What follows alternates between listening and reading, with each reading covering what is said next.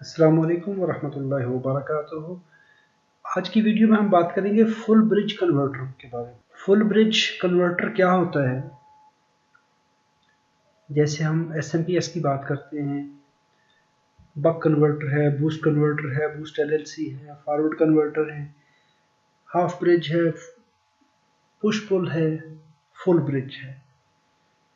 तो इसको full bridge भी कहते हैं, एच ब्रिज भी कहते हैं। इसके लिए ये मैसेज आया है। इम्तियाज शेख भाई कहते हैं, अस्सलाम वालेकुम, I want full bridge circuit with isolated transformer. Yes, H bridge जो है, इसमें आप आइसोलेशन दे भी सकते हैं, आइसोलेशन नहीं भी दे सकते, जैसे आप चाहें।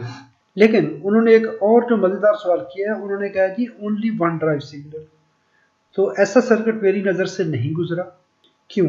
ये मैं थोड़ा सा इसको एक्सप्लेन करना मुनासिब समझूंगा। ये देखिए, ये इसका जो प्रैक्टिकल लेआउट होता है, इसमें हम 4 switching transistor, switching MOSFET, switching IGBT use करते हैं। इसका जो ट्रांसफार्मर होता है, उसमें बाई डायरेक्शनल मैग्नेट यूज़ किया जाता है और इसमें एट ए टाइम 2 मॉसफेट इकट्ठे स्विच करते हैं। इसमें वोल्टेज स्ट्रेस जो है वो हाफ ब्रिज वाला होता है और करंट स्ट्रेस इसका जो है वो पुश पुल वाला होता है। यानी इसके अंदर 2 किस्मी खसूसियात होती हैं, स्पेसिफिकेशन होती हैं। तो उस लिहाज से इस ब्रिज को हम पेयर में यूज़ करते हैं, इसको क्रॉस में कहते हैं कि एक सेट में एक और ये दूसरा, ये 2 मॉसफेट काम करेंगे या 2 आईजीबीटी काम करेंगे और दूसरे साइकिल में ये 2 काम करेंगे। एक दफ़ा करंट ट्रांसफार्मर से एक डायरेक्शन में चलेगी, दूसरी दफ़ा करंट अपोजिट डायरेक्शन में चलेगी। चले देखते हैं इस सर्किट को कैसे वर्क करता है। इनकी कॉम्बिनेशन कैसे बनेगी? जब Q1 कंडक्ट करेगा तो Q2 कंडक्ट करेगा, यानी ये पेयर में काम करते हैं, एक दूसरे के अपोजिट काम करते हैं। जब Q1 कंडक्ट करेगा तो ये हमारी पॉजिटिव रेल ऊपर वाली साइड पे है, तो ये पॉजिटिव वोल्टेज यहाँ से चलेंगे ऊपर वाली साइड से और इस मॉसफेट से गुजरेंगे। इस load energy storage current coil से गुजरने के बाद ट्रांसफार्मर के ऊपर वाले एंड से यहाँ से चलते हुए ये मॉसफेट इस वक्त ऑन होगी, एक ये ऑन होगी, एक ये ऑन होगी। तो करंट इस तरह से गुजरेगी नेगेटिव रेल की तरफ। तो हमारा ये सर्किट इस तरह से काम कर जाएगा। अभी पॉजिटिव करंट यहाँ से चली ऐसे और इस तरह से ये गुजर गई।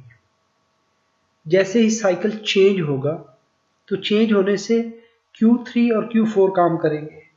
अभी Q3 और Q4 जब काम करेंगे तो ये देखिए, पॉजिटिव वोल्टेज अभी यहाँ से चलाएं, इस मॉसफेट से गुजारें, तो अभी देखिए डायरेक्शन चेंज हो गई। ट्रांसफार्मर में करंट की डायरेक्शन रिवर्स हो गई। जैसे रिवर्स हुई तो ये मॉसफेट ऑन है तो ये नेगेटिव की तरफ, पहले पॉजिटिव की तरफ, यहाँ से ऐसे।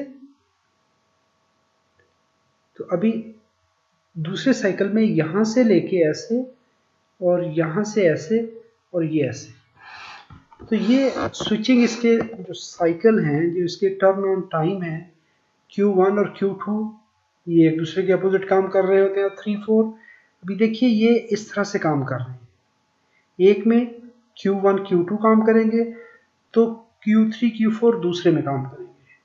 सिग्नल आप 2 तरह के इस्तेमाल करेंगे और साथ में होता क्या है कि आप इसमें फुल ब्रिज ड्राइवर या हाफ ब्रिज ड्राइवर यूज़ करते हैं।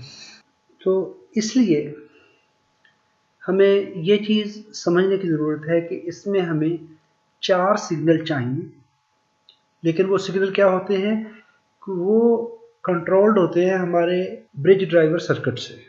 उसके लिए आप कोई भी half bridge, full bridge IC use कर सकते हैं। IR2304 है, जो कि एक दूसरे के अपोजिट स्विच करवाएं। इसकी हम डिज़ाइन एग्जांपल देखते हैं, मिसाल देखते हैं।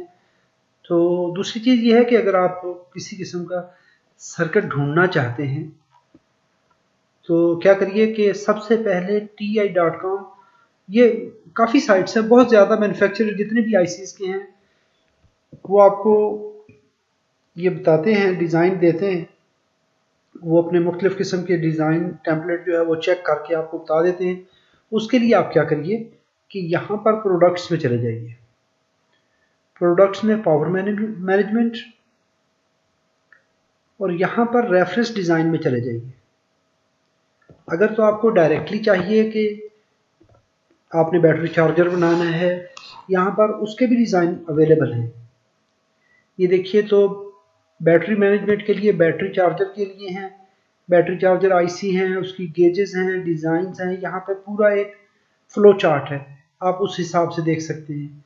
तो मैं डायरेक्टली आपको यहाँ से रेफरेंस डिज़ाइन पे लेके चलता हूँ। यहाँ पर रेफरेंस डिज़ाइन में जब आप चले जाते हैं तो आप यहाँ से लेफ़्ट साइड पे देख लीजिए कि आपको कौन सा चाहिए डिज़ाइन। एक तो आप इनपुट वोल्टेज देख लीजिए कि इनपुट वोल्टेज कितने हैं, मैक्सिमम कितने से कितने तक चाहिए। दूसरा ये है कि ये हमारा फुल ब्रिज जो है ये हाई पावर आउटपुट के लिए यूज़ किया जाता है। जब आपको मिनिमम 100 वाट से ज़्यादा आपको आउटपुट चाहिए तो उस वक्त आप इसको इस्तेमाल करते हैं। जितने भी हमारे यूपीएसएस होते हैं उनके आउटपुट स्टेज में ये एच ब्रिज या फुल ब्रिज टोपोलॉजी यूज़ की जाती है। आइसोलेटेड चाहिए, यहाँ पर आइसोलेटेड कर दीजिए। जब आप आइसोलेटेड सेलेक्ट कर लेंगे और यहाँ पर टोपोलॉजी में आ जाइए। टोपोलॉजी में जिस तरह आपको डिज़ाइन चाहिए, बूस्ट है, बक बूस्ट है, फ्लाई बैक है, ये यहाँ पर फुल ब्रिज दे दीजिए कि आपको फुल ब्रिज चाहिए। तो फुल ब्रिज में ये 4 मुख्तलिफ किस्म के सब डिज़ाइन आ जाते हैं। फुल ब्रिज रेजोनेंट चाहिए, फेज शिफ्टेड है, एलएलसी है या हार्ड स्विच है। तो इनमें ये आपको डिज़ाइन यहाँ पर मिल जाते हैं। ये पूरी एक लिस्ट आ जाती है। चले हम इसको देख लेते हैं। ये 300 वाट का डिज़ाइन है। ये ऊपर वाट आ रहा है, यहाँ पर आउटपुट करंट है और यहाँ पर वोल्टेज है। देखें, आपको जब भी हाई करंट चाहिए होती है तो आप इस टोपोलॉजी को यूज़ करते हैं। तो ये हार्ड स्विच वाले को देख लेते हैं और इसको ओपन कर लें। यहाँ से इस पर क्लिक कर लें और व्यू डिज़ाइन कर लें। जब व्यू डिज़ाइन करेंगे तो यहाँ पर आप डाउनलोड स्कीमेटिक कर लें। तो ये हमारा ये स्कीमेटिक आ गई इसकी यहाँ पर। अभी यहाँ पर देखिए, तो ये हमारे पास ये 4 मॉसफेट या ट्रांजिस्टर लगे हुए हैं। इसमें मॉसफेट भी यूज़ किए जा सकते हैं। वो आगे आता है कि आपने 0 वोल्ट स्विचिंग करवानी है या 0 करंट स्विचिंग करवानी है। 2 देखिए, तो ये लगे हुए हैं, तो 2 ये लगे हुए हैं। एक वक्त में एक ये वाला काम करेगा और ये एक लोअर साइड वाला काम करेगा। दूसरी बार ये लोअर वाला काम करेगा तो ये अपर वाला काम करेगा। यानी ये दोनों एक दूसरे के अपोजिट काम करेंगे। ये हाफ ब्रिज ड्राइवर है, LM5113 है, तो ये यूज़ हो रही है। इसके पीछे PWM ड्राइव आ रही है, ये वाली, तो ये हमारी इस आईसी से आ रही है। हाई लो ड्राइव इसको यहाँ से आएगी, ये वाली। तो इसके लिए हमें हाई लो ड्राइव लाजमी चाहिए, क्योंकि इसमें फुल ब्रिज के अंदर हमें 4 IGBT या मॉसफेट यूज़ किए जाते हैं और वो डिपेंड करता है कि आपने ZVS करवानी है या ZCS करवानी है। हाफ ब्रिज के अंदर हमारे पास ये 2 स्विच आ जाते हैं। यहाँ पर देखिए, तो यहाँ पर हमें एक सीरीज कैपेसिटर यूज़ करना पड़ रहा है। तो जो वोल्टेज स्विच होते हैं वो 1/2 होते हैं। जो VC applied voltage DC rail होती है उससे हाफ वोल्टेज स्विच करवाई जाती है। VN डिवाइडेड बाई 2 होते हैं। लेकिन फुल ब्रिज का फ़ायदा ये होता है कि इसमें VN फुल के फुल स्विच करवाए जाते हैं। यानी पूरी सप्लाई जितने कैपेसिटर पे होती है वो पूरी की पूरी सप्लाई स्विच करवाई जाती है। VN फुल होता है। हाफ ब्रिज के अंदर VN डिवाइडेड बाई 2 हो जाते हैं। ये मुख्तलिफ डिज़ाइन है, जितने वाट का आपको डिज़ाइन चाहिए और उस तरह का रेफरेंस ले लें। उसको आप साथ में इसके डिज़ाइन गाइड होती है उसको यूज़ करते हुए। अब ये देखिए, इसमें यहाँ पर डिज़ाइन गाइड है, तो आपको इसका मुकम्मल डिज़ाइन गाइड भी यहाँ से मिल जाती है कि आप इसको किस तरह से डिज़ाइन करेंगे और इसका सर्किट डायग्राम और इसके तमाम डिज़ाइन पैरामीटर्स, वो सारी की सारी चीज़ें आपको यहाँ से बड़ी आसानी से मिल जाती हैं। तो यहाँ से आपको इसका ये डिज़ाइन भी मिल जाता है कि ये इस तरह का डिज़ाइन बनेगा। ये इसकी टेस्ट रिपोर्ट और सारी एफिशिएंसी, एक्यूरेसी, सारी की सारी चीज़ें यहाँ पर आपको मिल जाती हैं। इसी तरह आप यहाँ पर infineon.com चले जाइए। यहाँ पर जाकर टूल्स में चले जाइए। जैसे ही टूल्स में जाते हैं तो पावर सप्लाई सिमुलेशन टूल आ जाता है आपके पास। तो यहाँ पर एक तो आप अपनी एसी इनपुट देते हैं कि जी मुझे एसी इनपुट ये चाहिए, या आप डायरेक्टली टोपोलॉजी उठा सकते हैं कि मुझे आप कहते हैं कि मुझे फुल ब्रिज में एसी डीसी का डिज़ाइन चाहिए, तो ये फुल ब्रिज पे आप क्लिक कर दीजिए। ये मैं आपको एक एग्जांपल देता हूँ कि आपने जब डिज़ाइन लेने हैं तो आपको ये एक अच्छा रिसोर्स देते हैं। तो यहाँ से एसी इनपुट की टॉप साइड पे देखिए, तो एसी इनपुट आपको दे रहे हैं कि जी 240 वोल्ट है और वी एन मिनिमम है 100 वोल्ट, 100 वोल्ट इनपुट है मिनिमम। यहाँ पर आपको चाहिए 12 वोल्ट और 40 एम्पियर। देखिए आपको जब करंट की बहुत हैवी मिकदार चाहिए होती है तो उस वक्त आप इस तरह के डिज़ाइन को सिलेक्ट करते हैं। इसमें अगर आपको सिर्फ एक आउटपुट चाहिए, अगर आपको इससे ज़्यादा आउटपुट भी चाहिए तो ये प्लस का डिज़ाइन करिए और न्यू डिज़ाइन पे कर दीजिए। तो न्यू डिज़ाइन पे करेंगे तो ये अभी 12 वोल्ट 40 एम्पियर और साथ में आप कहते हैं मुझे जी 10 वोल्ट 20 एम्पियर, 20 एम्पियर। तो जब ये कर देंगे तो इनिशियलाइज डिज़ाइन कर देगा। तो ये आपको एक बनाया डिज़ाइन कंपनी डिज़ाइन करके आपको मुकम्मल बता देगी, और यहाँ पे हर कंपोनेंट की वैल्यू और उसके सारी की सारी स्पेसिफिकेशन यहाँ पे आ रही है। आप जिस पे कर्सर को लेके जाएंगे तो आपको ये बता देगा कि जी यहाँ पे 30 एम्पियर 450 वोल्ट का फ्यूज़ लगाइए, ठीक है जी, उस पर इतनी वो वी एन मिनिमम है और ये है, यहाँ पे ये रजिस्टर इतनी है और ये इंडक्टर का साइज़ ये होगा, इसमें 4.96 मिली हेनरी का ये आएगा। ये पूरी की पूरी आपको इसकी डेफिनेशन और पूरे सारी चीज़ें आ रही होती हैं। यहाँ पर आप एक और L8 और L10 लगाएंगे, यहाँ पर ब्रिज लगेगा। तो ये इस तरह से आप डिज़ाइन जो है आपको बना बनाया डिज़ाइन मिल जाता है। जस्ट आपने ट्रांसफार्मर कैलकुलेट करना होता है, ट्रांसफार्मर की वो स्पेसिफिकेशन वहाँ पे बता देता है आपको। आप इसको भी आप एक्सप्लोर कर सकते हैं। तो यहाँ पर आपको उसका डिज़ाइन टेम्पलेट मिल जाता है कि किस तरीके से, और ये आपकी आउटपुट हैं।